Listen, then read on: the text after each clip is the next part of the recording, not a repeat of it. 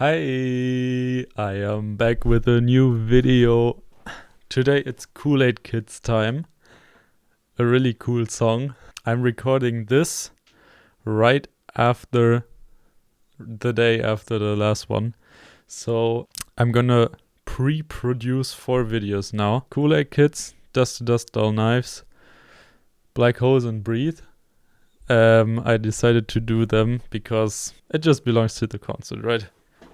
You can't skip them. I changed my mind about that. I'm sure I'll find some stuff. And yeah, I'm really excited for this one. It's gonna be a cool one. I'm gonna keep doing this unintended pun. I'm sorry for that. Yeah, let's head right into it. I hope everything works.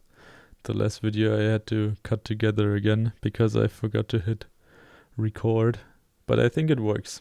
All right, let's go.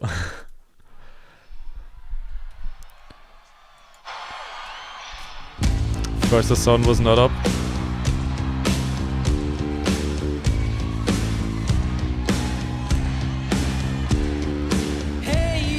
I like that she goes to the front of the stage.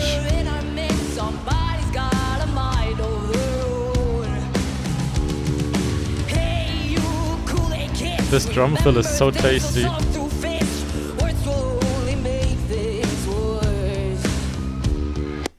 So, oh, I just realized I had my monitor box's speakers turn up. If it sounded really weird, I'm sorry for that. Okay, first of all, the first verse and the intro is nothing really happens there. We got the vocals, we got the bass, which plays just basically the root notes, but it's not that of a complicated rhythm, so pretty straightforward. Drum beat is also pretty straightforward with a little fill to split the verse in half. And now we see what happens. Pre-chorus.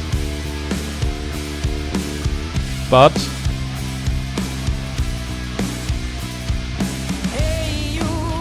it's not really a pre-chorus because we go into the second part of the first verse.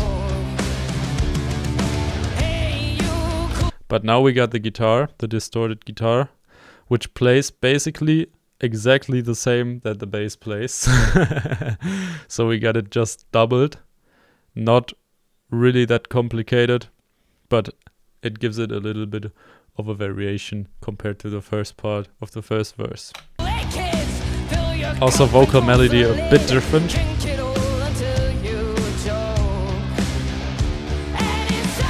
Now it's the pre-chorus. Different beat. Half open hi-hat. Rather open.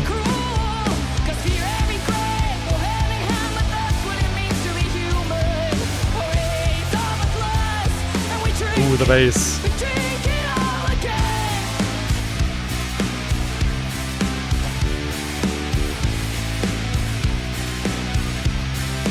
Bum ba-dum bum bum. In this melody, Danny uses, I think, throughout the whole song, to be honest, I don't know, it's pretty hard to find out if when she plays power chords, but if she plays like the single notes, she uses an octave pedal, which makes the sound. I can demonstrate you. I got like a really good Danny preset on my Helix. Okay, so this one is the preset without octave.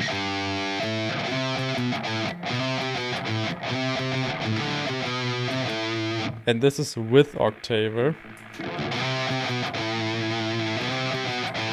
It adds a little layer. We can also do an octave without the octave, but with the, it's called an harmonizer then, with the fifth, which basically mimics a power chord, but you only play the root note. And as you can hear, it makes the sound a lot more full. And that helps if you only got one guitar on stage. And that's what she does for a lot of the songs they got. Good example is Evolve as well. Where's my mouse? Ah, here. Now we got guitar, and no drum beat. And we get the little sample. The sample is so cool, you know, the little shh. I can't imitate it, but you know what I mean. The Kool-Aid Kids sample.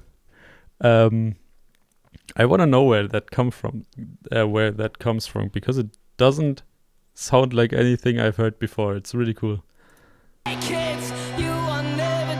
Also, Ale on the higher octave on the bass there.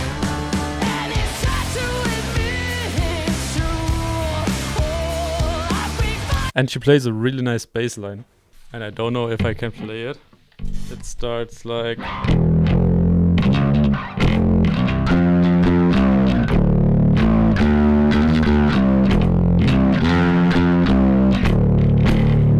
something like this.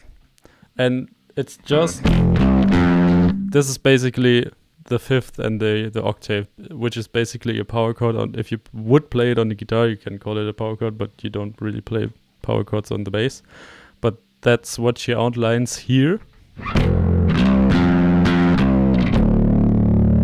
Basically for the two chords that are in this pre-chorus. And then she plays a really nice riff to go in the second chorus, I think. Yeah.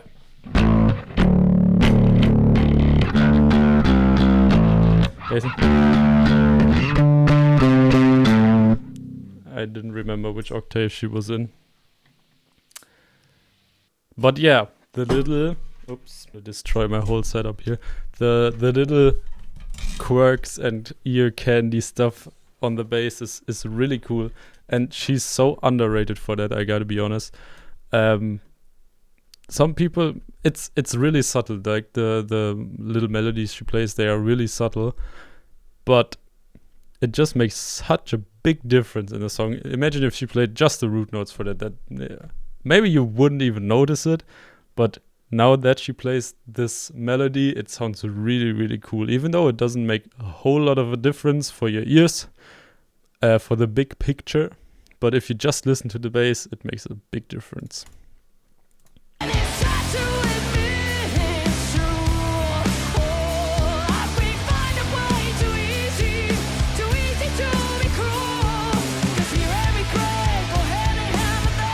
Also, 4 on the floor again with the kick drum.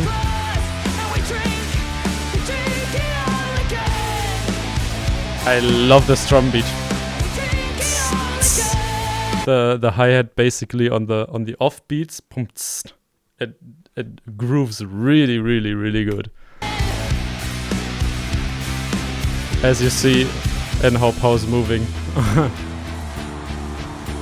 Now we get a little dynamically not so high part, if you can say it like that, I don't know.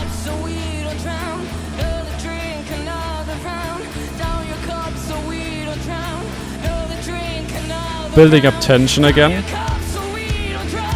Kick drum comes in, builds a lot more tension.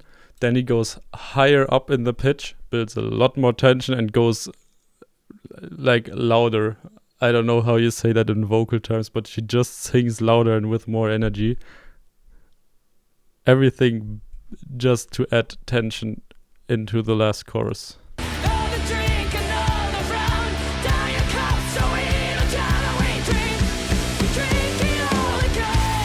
Hell yeah.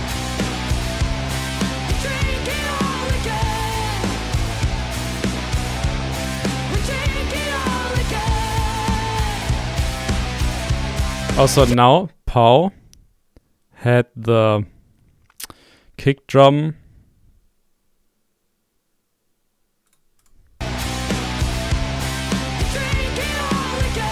boom, zack, boom, boom, and now she plays like a different pattern, which is, they do that a lot, and it's something that I don't notice, to be honest. But if I really pay attention to that, they do that a lot, and that's why I do these videos, because if you really pay attention to that, you can like see what little stuff they do to make a little difference in your ear to not sound boring anymore. I mean, I can't imagine the song would sound boring without this little variation, but it just does a little aha. There's something changed. Even if you don't notice it, like, you hear it, if you know what I mean. Now she changes up. Bum, bum, bum, bum, bum, bum.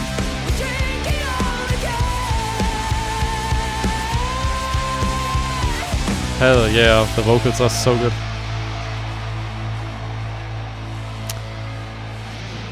Danny's vocals are like perfect. And also powers on the lower octave again, as always.